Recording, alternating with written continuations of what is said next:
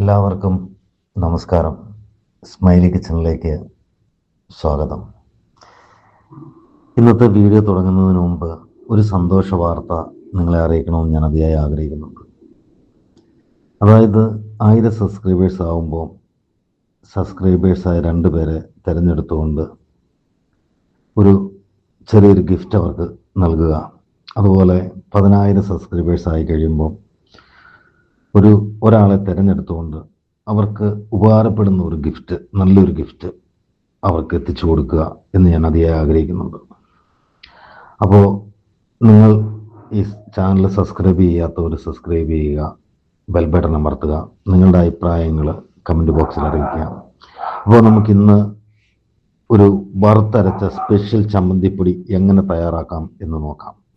Hi കൂട്ടുകാരെ, smiley കിച്ചണിലേക്ക് അവർക്ക് സ്വാഗതം. ഞാനിന്ന് തയ്യാറാക്കാൻ പോകുന്നത് ഒരു നാടൻ ചമ്മന്തിപ്പൊടിയാണ്. അതിനായിട്ട് ഞാനൊരു ഉരുളി അടുപ്പിൽ വെച്ചിരിക്കുകയാണ്.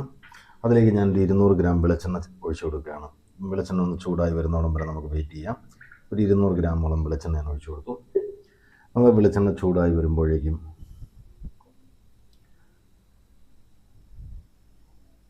അങ്ങനെ നമ്മുടെ വെളിച്ചെണ്ണയെല്ലാം ചൂടായി വന്നു.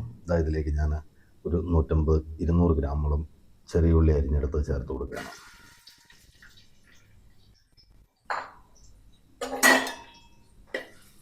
നമുക്ക് ഇതൊന്ന് മൂപ്പിച്ചെടുക്കേണ്ടതുണ്ട്. അങ്ങനെ നമ്മുടെ ഉള്ളിയെല്ലാം ഒരു ബ്രൗൺ കളറായി വരികയാണ്. ഞാൻ ഇതിലേക്ക് ഒരു 20 വറ്റൽമുളകും ഒരു 100 ഗ്രാം കറിവേപ്പില കൂടെ ചേർത്ത് കൊടുക്കാം. നമുക്കിതും കൂടെ നല്ലപോലെ ഒന്ന് മൂപ്പിച്ചെടുക്കുന്നുണ്ട്.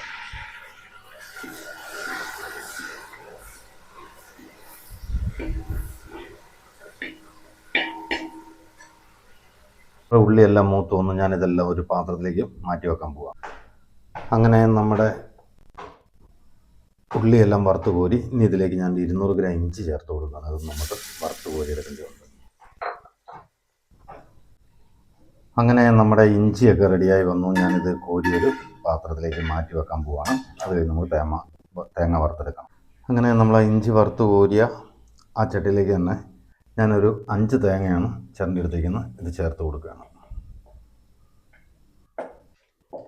നമുക്കിത് കരിഞ്ഞു പോകാതെ നല്ലതുപോലെ വറുത്തെടുക്കാം. അങ്ങനെ നമ്മുടെ തേങ്ങ ഒരു ബ്രൗൺ കളറായി കൊണ്ടിരിക്കുകയാണ്. ഞാനിതിലേക്ക് നമുക്ക് ആവശ്യത്തിനായ പുളി ഒരു 100 ഗ്രാമോളം പുളി ചേർത്ത് കൊടുക്കുകയാണ്. നമുക്ക് ഈ പുളിയും കൂടെ ഇതിൻ്റെ തൊട്ടൊന്ന് ചെറുതായിട്ട് പച്ചപ്പൊന്ന് മാറി എടുക്കേണ്ടതുണ്ട്. അങ്ങനെ നമ്മുടെ ഈ ഇഞ്ചി, ചെറിയ ഉള്ളി, കറിവേപ്പില, ഉണക്കമുളകും കൂടെ നമ്മൾ മിക്സിക്കകത്തിട്ടൊന്ന് പൊടിച്ചെടുക്കാൻ പോവുകയാണ്. നമ്മുടെ തേങ്ങ ആയി വരുന്നതേ ഉള്ളൂ. അപ്പോൾ ഇതൊന്ന് പൊടിച്ചെടുക്കാം. അങ്ങനെ നമ്മുടെ തേങ്ങ എല്ലാം റെഡിയായിരിക്കുകയാണ്. ഞാൻ തീ ഓഫ് ചെയ്യുകയാണ്.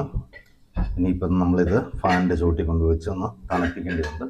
ഞാനിതിലേക്ക് ഒരു 1.5 സ്പൂണ് ഉപ്പ് ചേർത്ത് കൊടുക്കുകയാണ്.